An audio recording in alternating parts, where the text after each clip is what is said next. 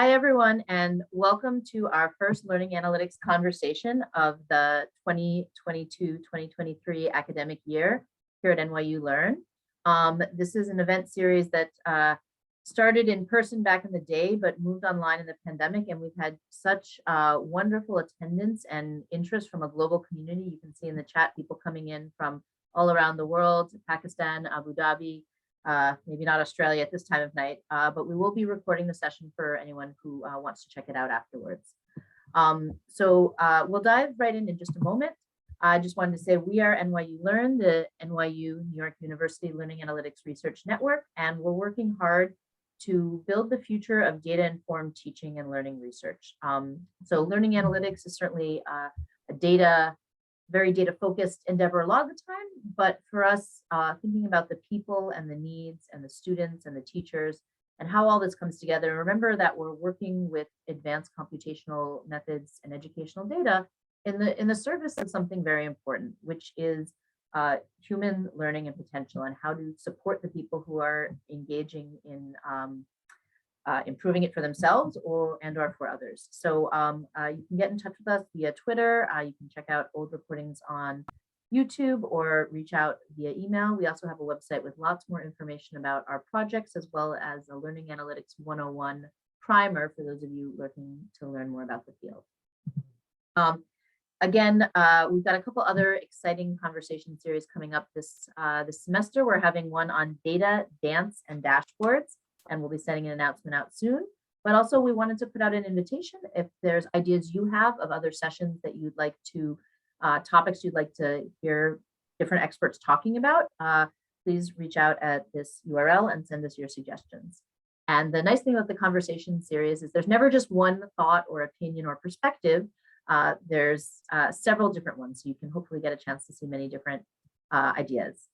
I think without further ado, I know a lot of people are really interested in the issue of data literacy. I think it's a hot topic today, and especially what data literacy means for the 21st century. So we're very pleased to have a recent graduate, Dr. Shiri Mund, who's going to be sharing some of the research that she worked on for her dissertation, and two wonderful experts who are going to comment on it. So I think with that, I will hand off to Yoav Bergner, our wonderful moderator here at NYU LEARN, and we'll get started.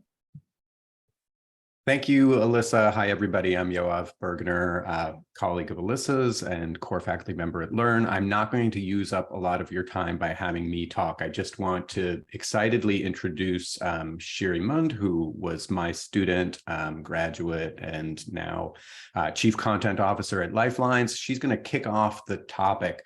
Her dissertation work, which was all about data literacy for the 21st century, drew inspiration from two of the scholars who are joining in the conversation. So it's very exciting to have professors Annika Wolff from LUT University in Finland and Dr. Rahul Bhargava, who's coming to us, professor from Northeastern University. And both Drs. Wolff and Bhargava wrote some seminal papers 6-7 years back already on conceptualizing data literacy, and so it's going to be great to leave as much time as we can for an active three-way conversation. So with that, I will turn over to Shiri to start.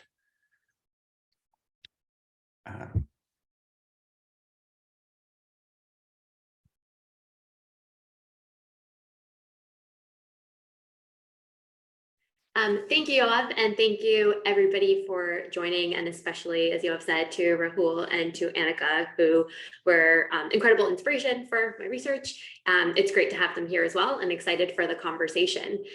So today I only have 20 minutes to talk about hundreds and hundreds of pages, so I'll be giving you a taste. Happy to continue the conversation at a different time, but I'll be telling you a little bit about the research I did along with Yoav in really trying to understand data literacy. And today I'll be trying to frame it a little bit specifically around the conversation in learning analytics.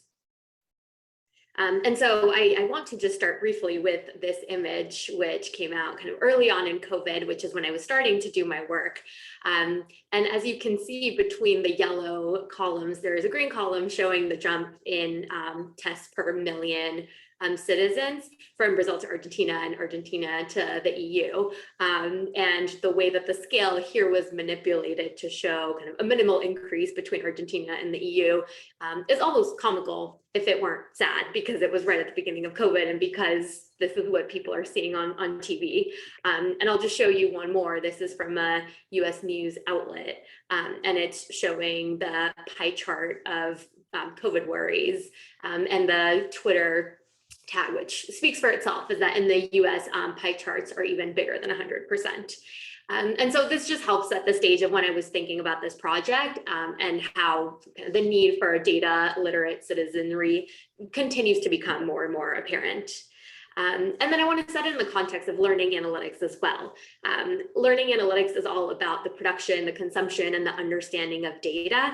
And increasingly, there is a conversation around human-centered learning analytics and really having the participation of the individuals who are producing and consuming the data in designing the mechanisms through which that data is thought about, collected, and used to make it most effective, to make it ethical in its use, and to make it really most applicable. And so in order to really have that human-centered approach and that participatory design, it's also essential to think about how are individuals in this context, educators and students, how are they conceptualizing data? What does data even mean to them? How are they thinking about it? Are they aware of the data that's in their world and that they could be using, or the data that's being used about them? So that's just something to help frame the conversation today also here. And then it's important to also align at a common definition, as I'll get into in a little bit later. There isn't really one clear definition of data literacy. So just to set the stage to begin, the way I'm thinking about data literate citizens, which is really what I was passionate about, is thinking about data literacy as a combination of skills, attitudes, and beliefs that are needed to gain awareness of the data that's all around us, understand the potential and limitations of data, become critical producers and consumers of all those forms of data, and then thoughtfully engage with that data, which is ultimately what we're trying to accomplish with learning analytics. And so a little bit of background around why we embarked on this project. We found three things. The first is, as I already introduced, insufficient levels of data literacy. The second is the lack of a cohesive definition. And I remember, Annika, when we spoke years ago, that was one of the first conversations we had. It's data literacy, and even just data itself means so many different things to so many different people. It's really hard to have a shared conversation around that. And then the last one, and inspired by kind of Yoav's work in psychometrics, there's also very limited ways to measure the construct. And we really believe that until you can measure something, you can't really wrap your head about it. You can't really compare, you can't really converse. And so we were looking to understand data literacy's landscape and also find a way to measure data literacy that would be valuable across different contexts.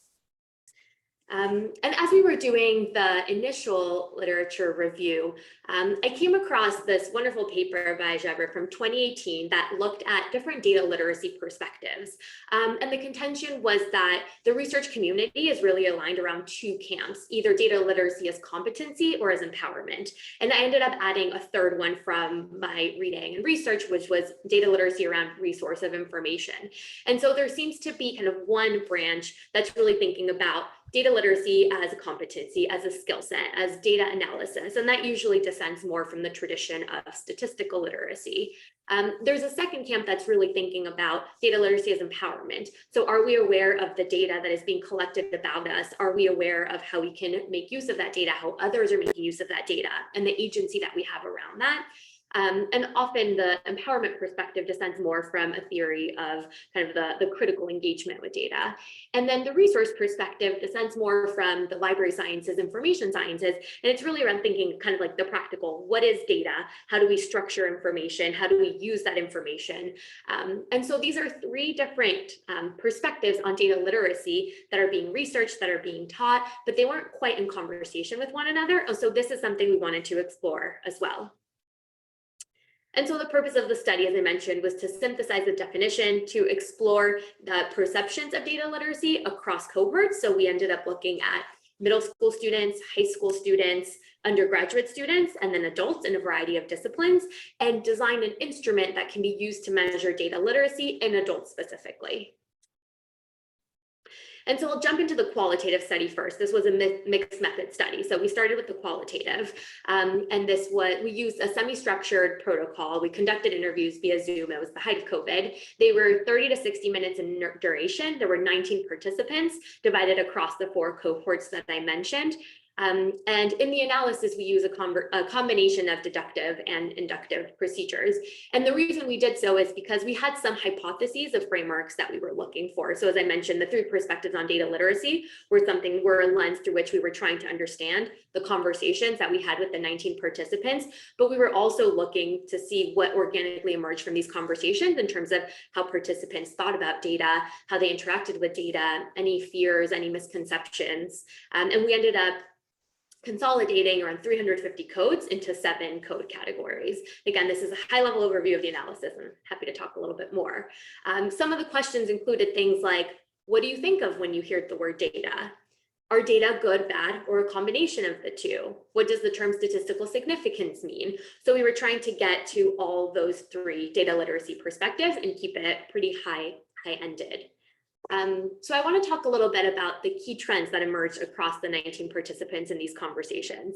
The first was an overwhelming general discomfort with data. So the words like creepy and freakish and weird were often used, especially to refer to data more from the empowerment perspectives or data as digital traces. And along with that kind of feeling of discomfort was a huge sense of data guilt, particularly from the adults. This was a little bit less from the middle school and high school students, but the narrative was really, I know I should be X. I know that really I should be focusing on Y, or should be reducing this or not using this or not tracking this. But like, I don't have time, or I don't really have the mental space, or I'd rather not think about it. There was a big kind of trend also around this ignorance is bliss. I just kind of don't want to think about it and maybe it'll go away. Another interesting thing that came up in terms of how participants spoke about who's collecting data, they really used this anonymous they, and not in terms of like the media could be used as they, referring to a specific party. There seemed to be this lack of understanding of who's collecting the data. It's just some big brother out there. There were a lot of misconceptions around kind of who's collecting the data, what can they do with the data, how are we producing data? What do we give consent to? What might we not be giving consent to? And then self-efficacy seemed to be a huge challenge for participants too. And this was across the board. So a feeling of like, well, what's the point of trying? Because I don't even feel like I can protect my data, or I don't really know what I'm doing. So I'd rather just not do anything at all. And so that really ties back to the idea of data literacy education, which was the inspiration for my project. And how are we thinking, not just how do we define data literacy, but how do we define those educational pathways to create that data literate citizenry?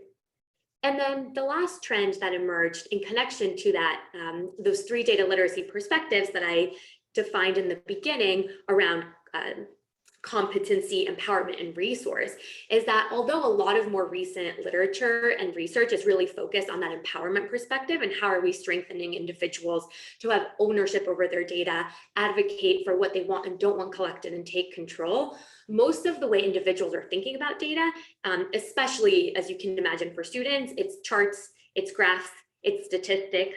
And so once you really start to push a little bit, the conversation does turn to digital data, data traces, and other forms of data.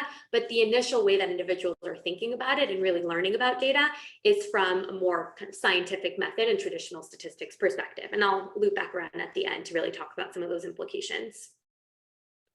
And probably for me, the most interesting thing that came up from the analysis of these transcripts was 2 variables that were particularly salient in how most participants spoke about data, is the willingness to take action and the awareness. And here, the analysis was really around data as digital traces more specifically, and really starting to think about that empowerment perspective. And so participants in some way commented on the level of action they were taking to protect their data, or to kind of be aware of the data they're to generate data, and then also the awareness of what is being collected, the data that's around them. And so I started to think about these 2 variables along a typology with an X and Y axis. And I coded each participant for these 2 variables. And This was, of course, an art more than a science, but just an initial way to try to paint this picture. And so when we plotted them on the typology, they were across the board, but some kind of cluster starting to emerge. And these we term the data literacy personas, borrowing from the design thinking world. They were really broad generalizations that we were trying to use to understand these clusters of participants. And of course, these were just generalizations and not intended to bucket anybody. But here were the personas that emerged. And so I can talk a little bit about them. All the way at the bottom with the kind of seeming lowest awareness and their self-reported limited willingness to take action were the data apathetic. And they were kind of like, I don't know much about the data that's being collected, and I don't really care to know much, and there's not much that I'm willing to do. I'm not going to stop using Facebook, and I'm not going to kind of try to learn about what action that I can take. Above them were the data naive, and these were individuals who were usually overly optimistic about data. As you will see, this ended up being the middle school students, and they were like, data are wonderful, they are so good for the world, and they are here to help us. And then if we start going toward kind of low levels of awareness, higher levels of awareness, but less willingness to take action still. So next to the data apathetic, we have the data guilty. And those were a lot of the adults. And they were, that's where the conversation was like, I kind of know I should be doing more. I kind of want to be doing more, but I'm not. And then all the way to the right are the data overconfident, which were individuals who seemed very aware that they were not taking particular action, but feeling like, I'm totally good with this situation. Like, I'm aware that I'm not taking action and I feel good about that. And I have no need to do so.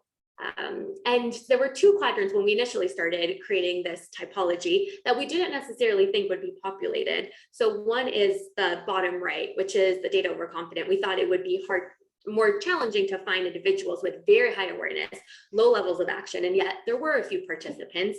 Similarly, we thought that the top left quadrant with high levels of action, but higher action than awareness would be difficult to find as well. It's hard to take action if you don't have the awareness. And yet we found that to be the case for the data naive from the perspective that they were often taking action without really knowing why. So it was like, well, my dad tells me to do this, or my mom monitors this. So there's this general kind of positive excitement around taking action, but not necessarily knowing why. And then kind of going straight up, we have in the middle the data aware, which are individuals with commensurate action and awareness.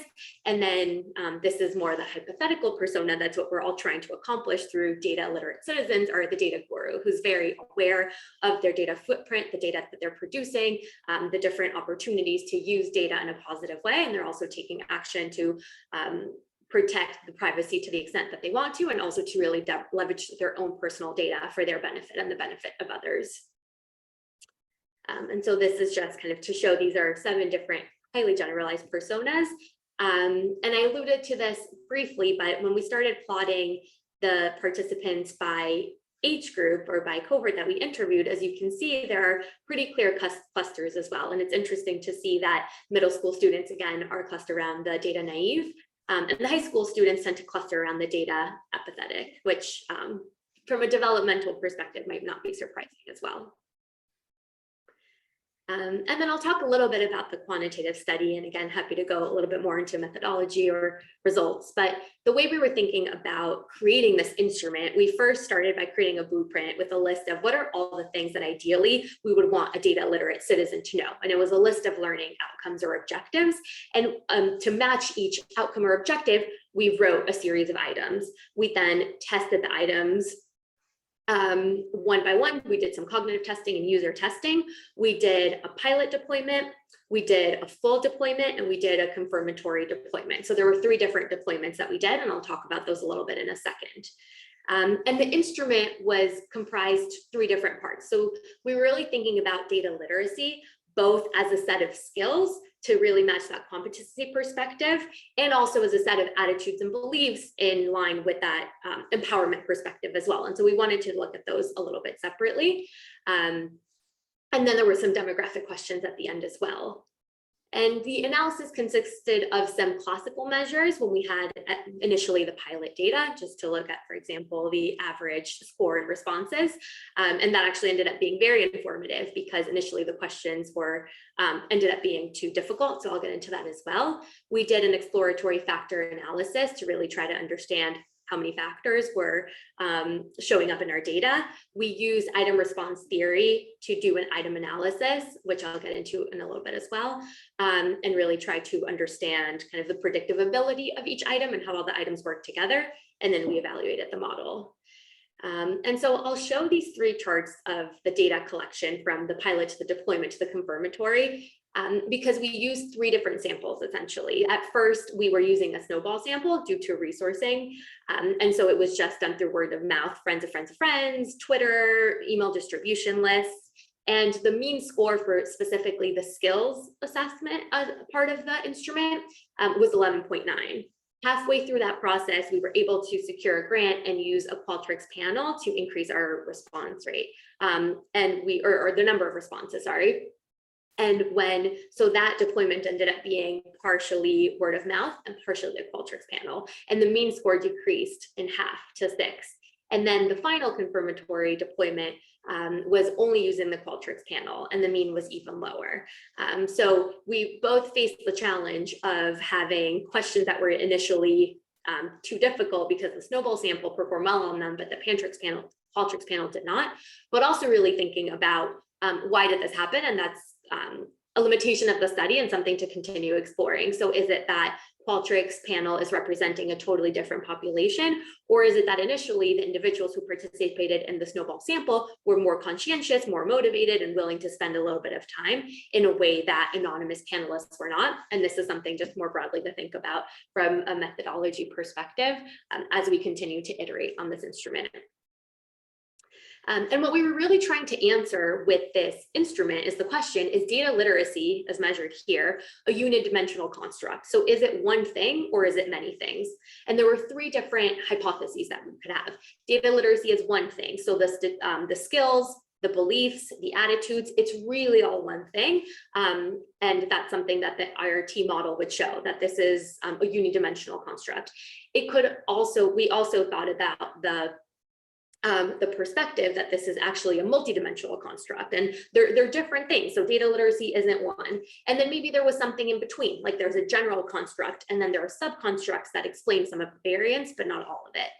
And so we quickly realized after the initial data collection that we were going to take a multidimensional approach, that data literacy indeed could be split up into skills and attitudes. And we really need to look at them differently and analyze each of the two kind of subsets of data literacy differently to arrive at a robust model that makes sense. But the three subsets of attitudes, which ended up being awareness of data and its limitations, appreciation of data, and data self-efficacy, were still related. And so we ended up also using a model for those that looked at kind of the overarching construct of attitudes with three subconstructs as well. And so this is just some information about model evaluation. The couple things I'll highlight here is that overall the attitudes and beliefs model had a high confirmatory index. The alpha for the skills items was a little bit lower than we would have liked. And so that's definitely something that we want to continue to iterate on overall. So the fit was good, but not as good as we would want it to be, and that will require future iteration. So now I'll just talk a little bit about implications for data literacy and learning analytics. The first is really amplifying data literacy as empowerment. So as the research community continues to focus on research, talk about the role of data literacy as empowerment, particularly for students, it's really essential that what students are learning in their educational experiences matches that, and that they don't just think about data and data literacy around statistics, but they really start to understand data much more robustly. And that's something we can start to think about in how we develop those educational pathways. The second is really recognizing data literacy as multifaceted. It's not an either or. It's not, is it a competency or is it a form of empowerment? It's really both. And a data literate citizen should have both the ability to read a research paper, maybe a news article, and say, but I wonder how that data was collected. Or, that chart, that pie graph is adding up to more than 100%. That seems suspicious. But they should also have awareness of data and its limitations. They should feel efficacious in their ability to both collect their own data, but also maybe manage their data footprint a little bit more to the extent possible. And then the last piece is leveraging the action awareness typology. And this is just an initial map and could serve as a heuristic to start to understand where might different learners lie in the continuum, and how can we really tailor educational experiences according to where they are in their level of awareness and action. And something kind of equivalent might be created for a more learning analytics setting. So it might be, there might be different personas for a student and different personas for an educator, different personas for an administrator, and that could help kind of develop the approach to how we're really strengthening the participation in learning analytics. I talked a little bit about the limitations from the qualitative perspective. The sample size was small in terms of these interviews, and the setting was a Zoom call, and it was relatively clinical in that participants were talking to a researcher. So really continuing to have these conversations with more participants in more settings will allow us to paint a clearer picture of how individuals are thinking about data. And from a quantitative perspective, continuing to tweak with item reliability, understand the optimal difficulty for the items, and also really think about what's the optimal sampling to arrive at an understanding of the strength, power, and opportunity of the instrument. And then, of course, this is a point in time nature of the study. So continuing to replicate the study in different contexts at different times can also continue to lend more insight into what we're trying to do. And then I'll leave you with a couple of future directions. So the first is around, as I mentioned, expanding the typology into a learning analytics context and really trying to understand who are the learners and participants that we're designing for, designing with, and using it in human-centered learning analytics. And the last one is to really start thinking about learning progressions for data literacy and learning analytics. And so at each point in a student or even educator's learning development, try to think about kind of a top-down and bottom-up approach of what are they learning right now and how can we plug data literacy into that, but also what do we want them to know, what's the optimal goal, and how can we bring more of those experiences into the learning context. And I'll stop right there. Okay, we'll like to keep the momentum going. If we were all in a room together, you know, we would have given an audible round of applause to the speaker, and then moved into the next phase. So thank you to Shiri, and I'm really excited now to get Annika and Rahul sort of to generate some thoughts. And this is sort of like to continue the conversation. I know that data guilt is on my mind. And the multidimensionality of data literacy are sort of like really compelling ideas. So beginning now with Annika and with Rahul, I will ask each of them to just kind of generate some reactions and thoughts for productive discussion questions. And Annika will go first, and then Rahul, and then we'll sort of have an open conversation. And during this time, I know the other participants on Zoom are sending their questions into the chat, and we'll do our best to compile them as well. So turning it over first to you, Professor Wolff, for a response. Yes, hello everybody, and thanks to Shiri for this extremely fascinating talk. And I just want to say that I was looking at these very similar cohorts actually in data literacy some years ago, much more informally, and you know, from high school students to working professionals and so forth. And what I found most exciting about your work is how you formalized a lot of things I was really noticing at that time, but kind of in more of an informal way.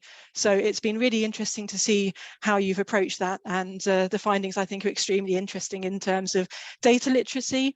Going back to the learning analytics as well, I think it's really interesting to think about data literacy in the context of the learning analytics, and to talk about it from my perspective. Why I first started thinking about this actually some years ago now was I was working in learning analytics at a time when it was not so much human-centered, and it was very much about talking to learning professionals and educators, administrative staff trying to understand data practices, the data they were collecting in order to build predictive models and so forth. And even at that time, I had two focus. One was we need to get the learners involved and empowered by this data to say what is actually going to be useful to them. And we can't take this data from them and kind of use it on their behalf, no matter how good our intentions. But the question is then, how do we pose those questions? Because data is spooky or creepy, or we don't understand it, or we're apathetic towards it. And then the other thing was that the data practices were very problematic around the people who were collecting the data, because they weren't part of that process and they didn't understand how that data might be ultimately used for algorithms that weren't even thought of when they created their practice. And then data literacy seemed to be very important there. So I was really interested in these personas you had, and thinking that you mentioned that they could be some way that we could sort of tailor our activities that we do with people. But my question is, so this is where I'm probably going to leave it, is, are we also looking at how we can use these kind of dimensions of data literacy and these personas as a way to reflect on ourselves as a kind of data literate person, and how we could improve? So how we could become something other than the persona that we are. We can be more active, or, you know, we could be more aware. So then maybe I'll pass over to Rahul. Thanks so much. Yes, great. That's I've written this down to remind everyone of the questions that Annika mentioned, and then we'll get Rahul's responses. Sure, that was wonderful. I'll chime in with maybe two prompts here in reaction. Really appreciate the questions you asked, the way you asked them, and I always love a matrix chart to try to help me understand things, and I kind of feel seen by that chart a little bit. So these generally in reaction to your your final statement about implications.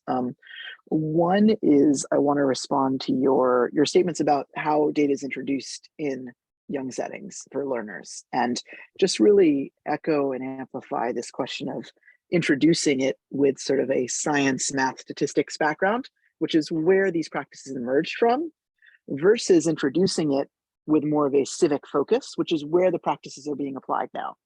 And I think that's create a major disjoint that my work speaks to, that I wanted to surface and amplify in your work as well, because it resonated for me. This question of what is data for and who it's for, and rethinking that in an age when, in our datafied society, as we talk about it, civics, government, education, museums, libraries, newspapers, these are the settings where data is being used. It's not just in scientific analysis. So it proposes a different set of methods and media that are needed. And I think your work on how it's introduced really speaks to this dichotomy of who it's for and what it's for, and how we introduce it, therefore. So that's the first point, with an open question. The second point is this question of individual efficacy and the data cultures and societies that we now move through. We certainly, in Western or American-centric capitalist terms, a lot of these students are engaging data with a very individual frame. Data on my phone where TikTok's tracking me and they're owned by China, or my cell phone company is selling my location data and I should worry. I want to remind us of the collective framing of the datafied society problem. And this question of efficacy can be viewed in a collective lens to say, how are our structures of society responding to the places data are being used and impacting, again, those marginalized in lots of other ways, also being marginalized by data. So this question of individual persona versus a collective version of this thinking, and how that might engage to how we bring learners into working with data. So those two prompts I would put on the table. One is this, where did data come from and where is it now, and what does that mean for how we introduce it? And the second, how do we shift an individual frame of thinking to the collective one to work on some of those wonderful set of goals that you've laid out? Thank you so much for those great questions. And so just to kind of put them all together, as for everyone to be thinking about, and maybe Shiri to take start a conversation going, Annika mentioned the context of learning analytics and how, where learners in this sort of like system of data that gets created and consumed, given the sort of like spookiness, that unease that everybody feels about it, and also shining that light onto ourselves, kind of like, what's our theory of change? How do we sort of use what we're learning, from these studies to think about how we change? And then sort of, Rahul reminded us that sort of the parentage of sort of data literacy from both a kind of science, like statistics-y approach and kind of like a civic participation approach continues to sort of like bifurcate the conversation. And then this question of sort of individual efficacy versus collective efficacy, like how do we move from, this was like sort of in some ways a direct challenge, right, to this idea of like you're measuring people's individual efficacy, but maybe what society needs really is collective efficacy. And so how do those things kind of gel together? So this is great. I think there's a lot to talk about, and we have enough time to really sort of, at this point, I want to just encourage, especially because like these sort of online Zoom platforms are such that there's this tendency to really like wait for someone's turn to end because of the lag. So I'm going to ask you not to do that and to almost kind of like, chime in, Annika, Rahul, Shiri, like just try to keep the conversation kind of going as naturalistically as possible for the benefit of the sort of the room.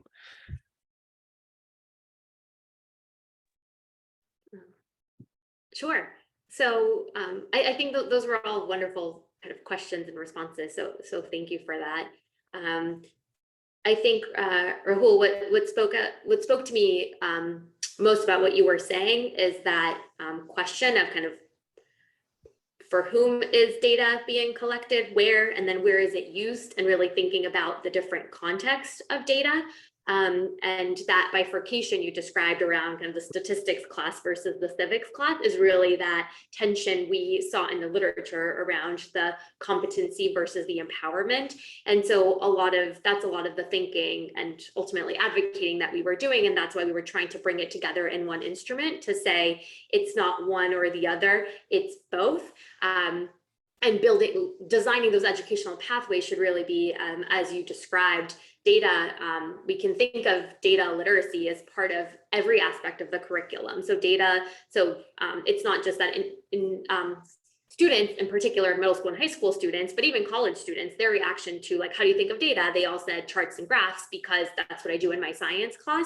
There should be charts and graphs in every class. And also in science class, it shouldn't just be charts and graphs. It should be those more robust conversations around, well, how are we even getting these charts created in the first place? Where are we getting that data? And I think that as we go from the individual to the macro, as you described as well, it's also thinking about, well, I can ask 5 people their favorite flavor of ice cream, which was very commonly kind of how individuals give examples of data, but then it's kind of having billions of data points is very different than 5, but at the same time, some of the questions we're asking can be similar, or some of the way the data is being collected is similar, and some of the biases can be similar. And so we can still be able to have those conversations with students, thinking about the big picture and the small, thinking about kind of the macro and the individual, but it's all about being intentional about having those conversations and really trying to understand what are students thinking and what are their misconceptions, and what are they passionate about, what are they interested in, so that we can start to tease it all out. Yeah, I'd chime in just quickly in response. It strikes me that like we have these patterns in those existing fields that are negative, or just sort of like domain suited, right? When you're learning science, there's a set of techniques for working with data that maybe don't translate over to when you're working with it in government. But there's a set that do, and like some that you shared, like coming up with the right, like a good hypothesis, right? And a good question. That's actually really useful. Like the technologies don't help with that in the new domains. So you still need to learn how to ask a good question. So there are some easy paths to like, yeah, if you're using data to think about how to increase recycling rates in your community, like it's still important to understand and ask a question of, oh, who's left out of this data? How are we thinking about what recycling means to different people? Is there like, what are people's past experiences? Like that question asking piece, like there are pieces that can connect it. It's not just totally separate domains. Yeah, maybe I would jump in there, because I was thinking about another aspect of this, which is the extent to which, people's intention or feelings about data are somehow influenced by the current needs that they have at the time. So, for example, going to this kind of data recycling thing, if you're not interested in recycling, or you're not trying to do something around recycling, then you may be much less sort of motivated to engage. But if you are interested, then you might not have the experience, but you might be more motivated to try and learn. So how do you get people that are in that kind of space of, I want to improve, there's something I want to do, I have questions, data can answer this, rather than thinking, okay, I'm going to go straight from that question to the graphs and the charts, what are these intermediate steps that are going to help people that need to kind of develop some skills along the process of answering those questions. And I think this is something in my work which I'm still trying to find some answers to, and this kind of problem-driven approach. I think a comment that just came in through the chat around learning analytic dashboards for professional learnings, and the difference between not understanding a graph, but really why it was meaningful to their learning and what to do about it, I think connects to what you just mentioned, Annika, as well, and that individuals are much more likely to engage with something they're interested in or passionate about. So I think there are two implications, many more probably we can think about, is one, when we're thinking in educational context, how are we setting up those experiences so that students can gravitate toward what they're passionate about and be interested in learning, but also how can we get individuals to engage even when they're not interested, because many individuals might just not be interested in how the internet works, how data is collected, a lot of these things, and yet we think it's important for them to know. And I know there was another comment around a persona, kind of analogous to the data naive, but really around individuals taking kind of fear-driven actions and being defensive. And so how can we combat that with more education? But how do we hook people who are not passionate about this and might not be? I think it connects to this piece around storytelling, right? And our popular conception, especially in how data is introduced, carries that veneer of truthiness, right? The number, the chart, carry a rhetorical power of truth certainly in Western cultures, and certainly in American education. When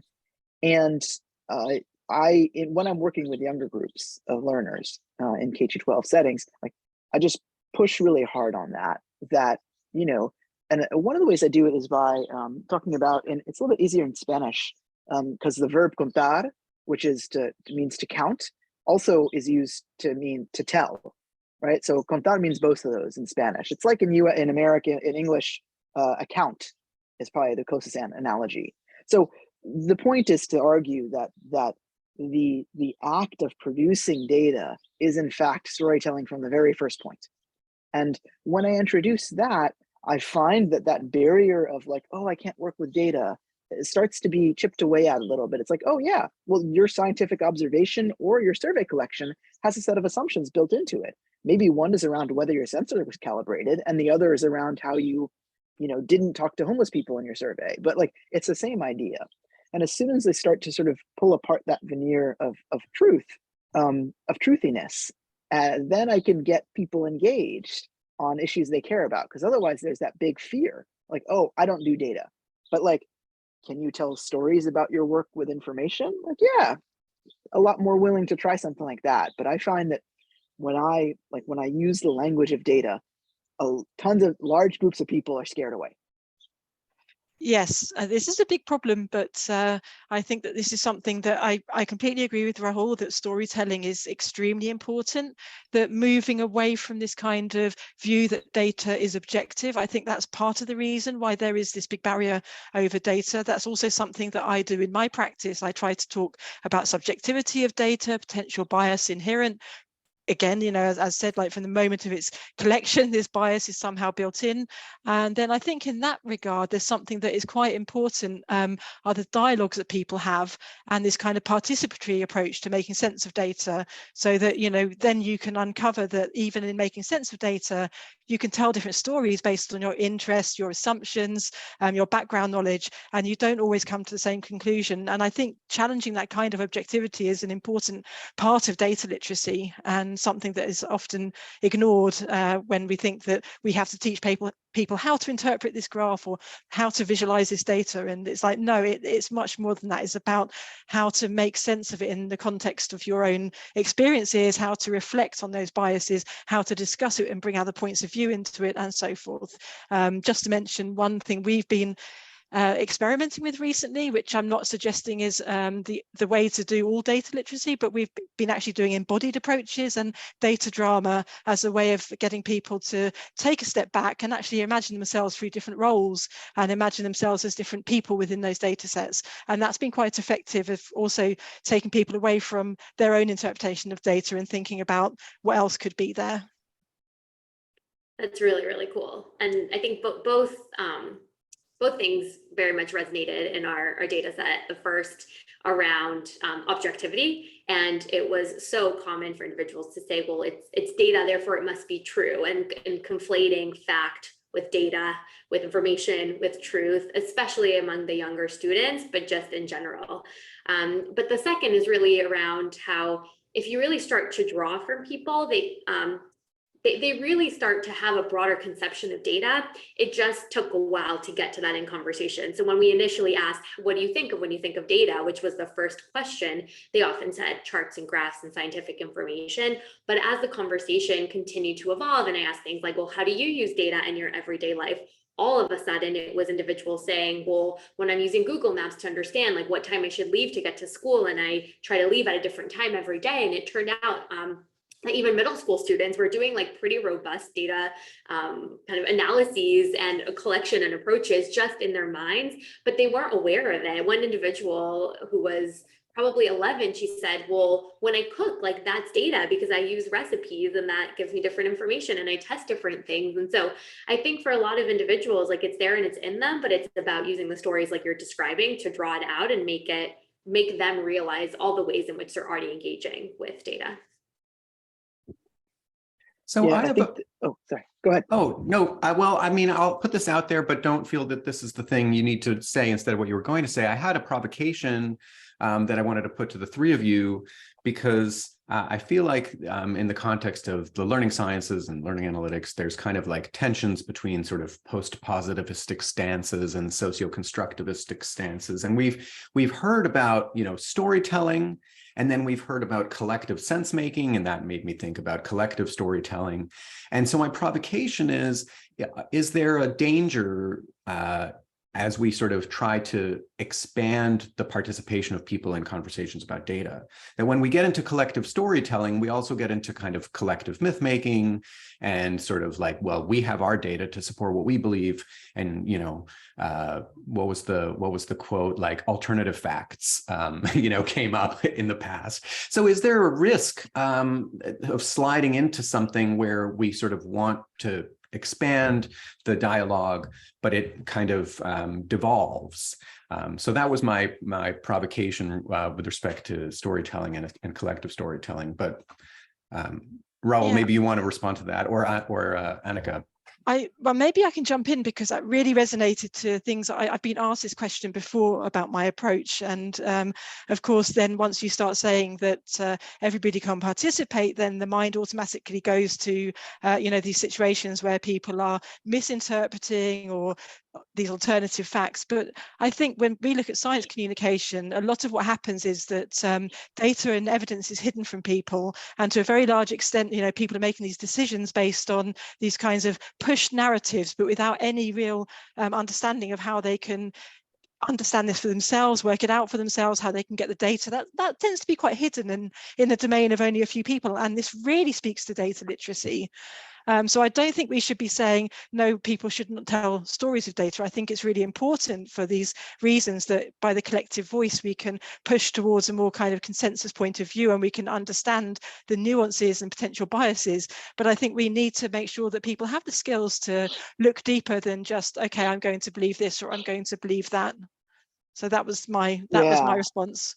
I'll double down on that. I think I also get asked this question a lot, and I think, it comes from an interesting premise when it's the right provocation, and it comes from an interesting premise, which assumes that the data experts are doing smart and objective data work already, which is like a demonstrably false premise, right? I mean, you don't have to look far. You can look at all the evidence for an airborne based spread of COVID and how long we denied that, right? Despite the preponderance of evidence, right? This is the way science works. We know we have biases in analysis, and it takes a significant amount of time to overcome that to produce a new understanding.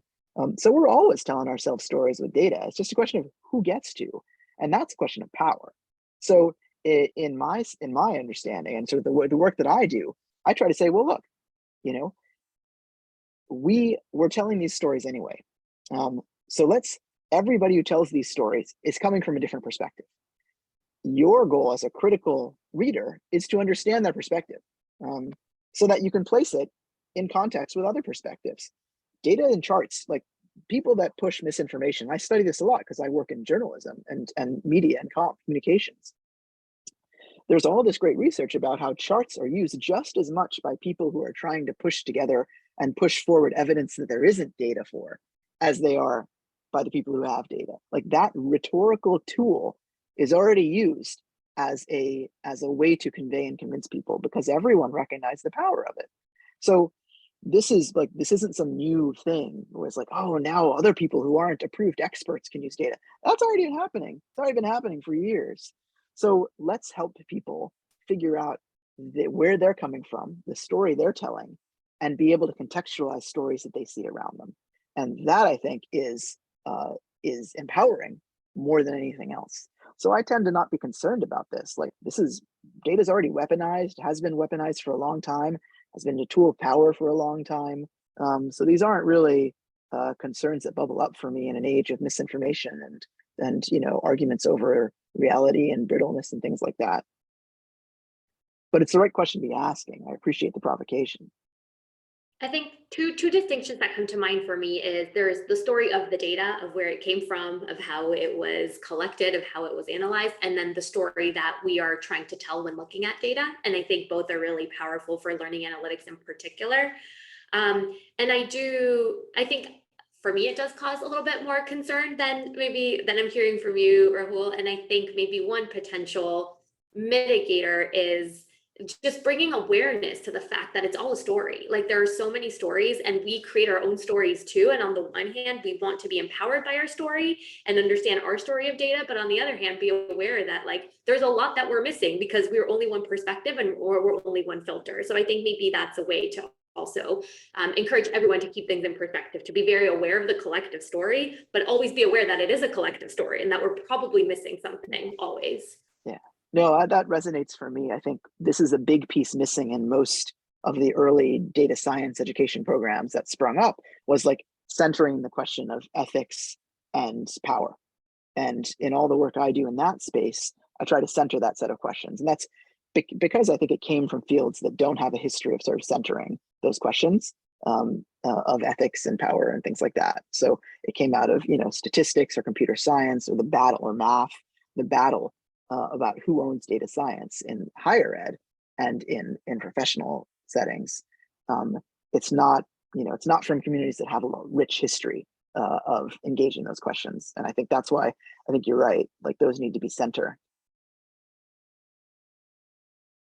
So I'm looking at the questions coming from participants in the chat, and one of them, which speaks to questions of ethics and power, bringing things really right down to the ground in learning analytics, it came from Rabia Maksud, who wants to just know if it's okay to use data from course assessment data from their students and publish the results without sort of going through approval processes and without, I think, giving sort of legal advice to this questioner. The question of sort of collecting data from students, using it, and who gets to decide how it gets used, that I think really touches on a lot of these issues of power and ethics and storytelling.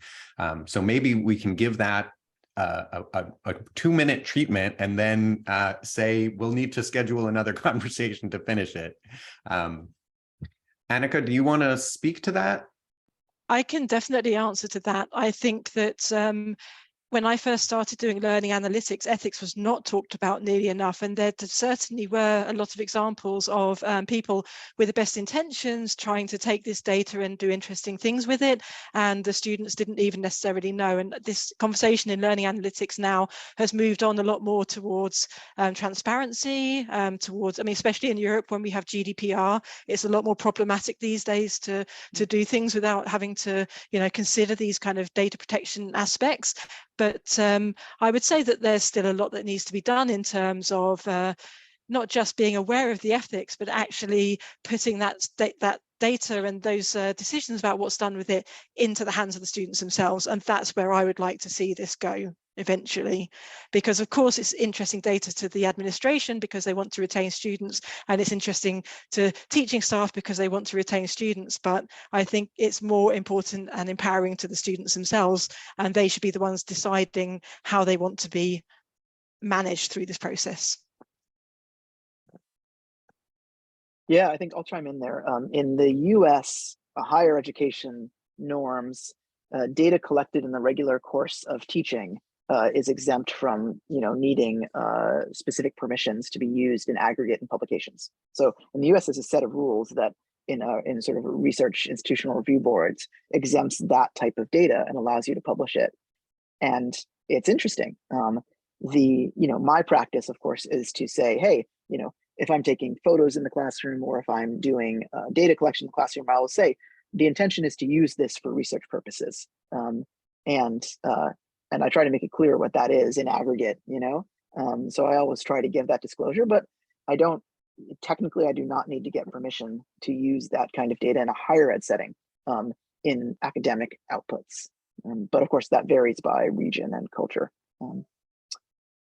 Yeah, it's so interesting how as practitioners in different parts of the ecosystem of learning analytics, we are sometimes shining spotlights on other people and sort of trying to kind of be producers of analytics.